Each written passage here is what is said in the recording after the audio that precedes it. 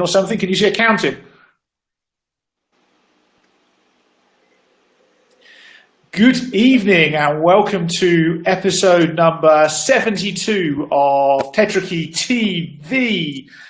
My name is Rob Yates and I'm joined this evening via this wonderful Be Live app with Mark Hopkins, and we're 7 hours drive apart. Hey Mark, how are you this evening?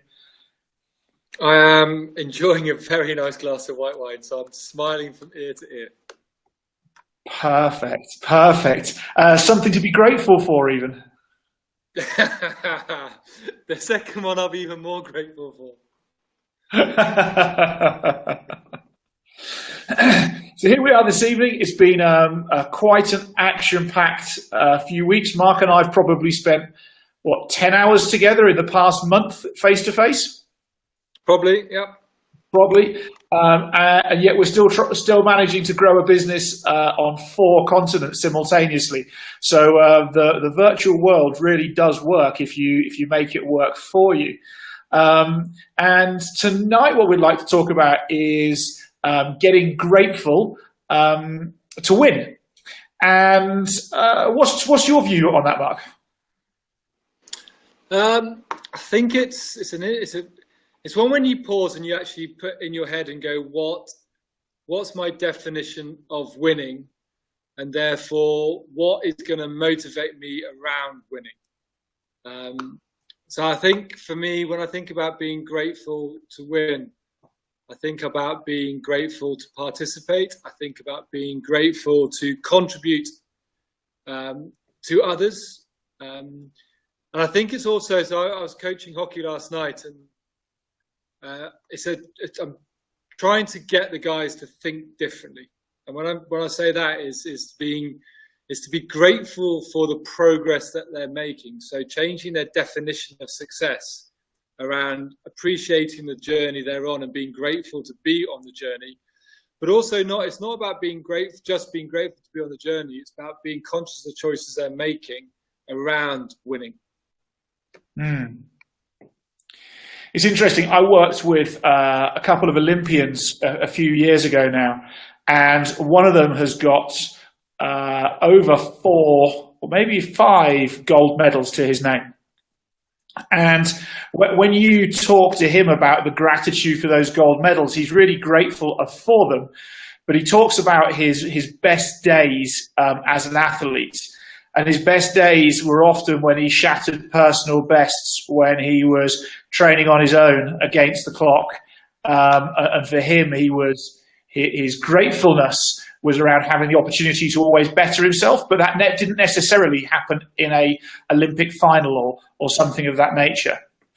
And I find with gratefulness that it's you can tell when people are grateful enough, especially if you want to close a deal or something like that. Somebody who's ungrateful gives a really weird vibe or feeling off to the people about them.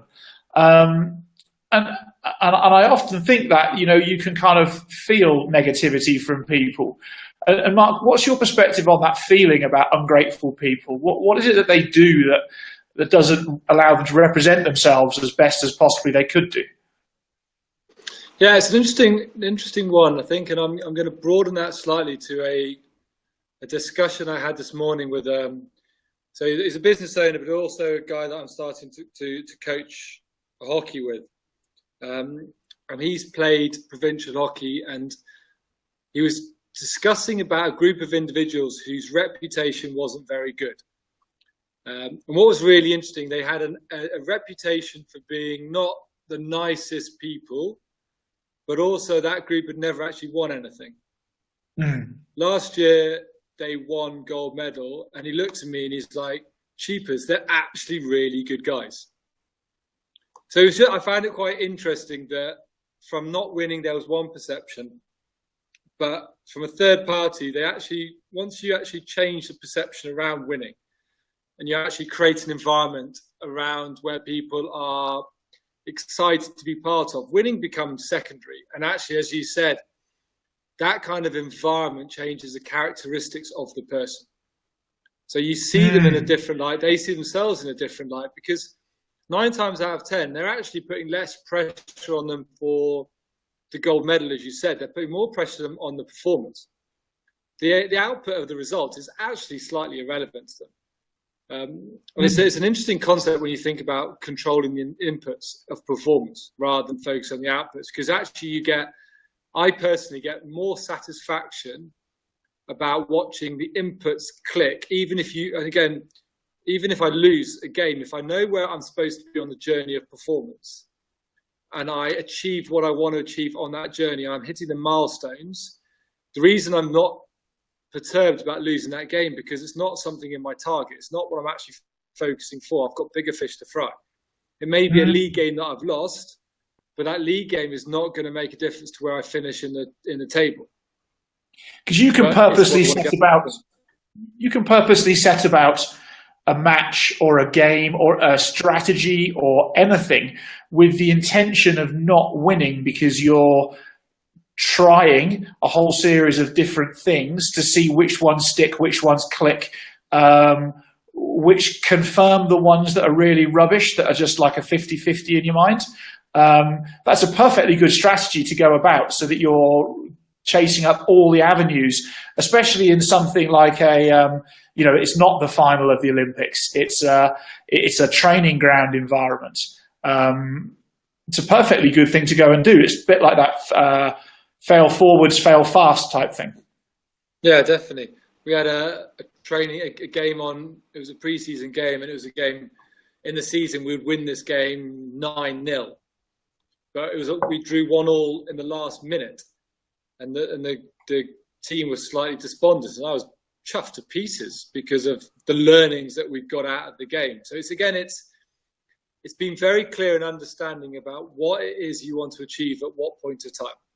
And then basically, if you have that clarity and that understanding, you never lose. It's impossible to lose. Correct. And you've always got something to be grateful about. I'm a firm believer in people preparing themselves for the day by identifying a couple of things that they've been grateful for. And I've got two things that I'm really grateful for today.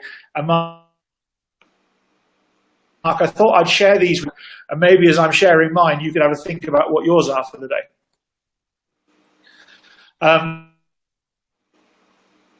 Two things I'm in particularly great. Web designer and graphic designer Angelique, solving problems with our websites that some of the best media studios and experts said weren't possible to be solved.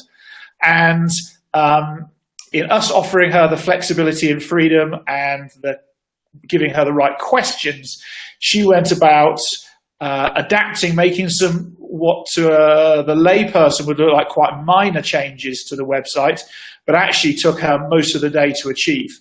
I'm immensely grateful for that today. Having been told by 4 experts it wasn't possible, it's nice to see that it is.